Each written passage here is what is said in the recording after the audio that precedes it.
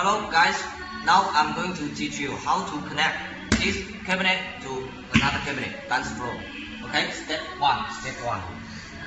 As you can see, here is the silver box. It means power supply, and this black box means signal LED controller. Okay, we find these cables. This is male cables, and this is the female cables. Black, connect to black, and lock it. This the signal cable, white connect to white. Also the same, male, female, connect and lock it.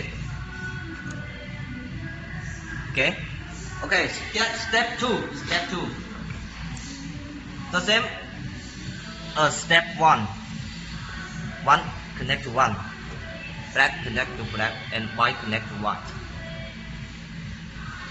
Connect, lock. Okay, now step 3, final step. Connect to the electric to light up this dance floor. And LED controller, connect to the electric. Okay.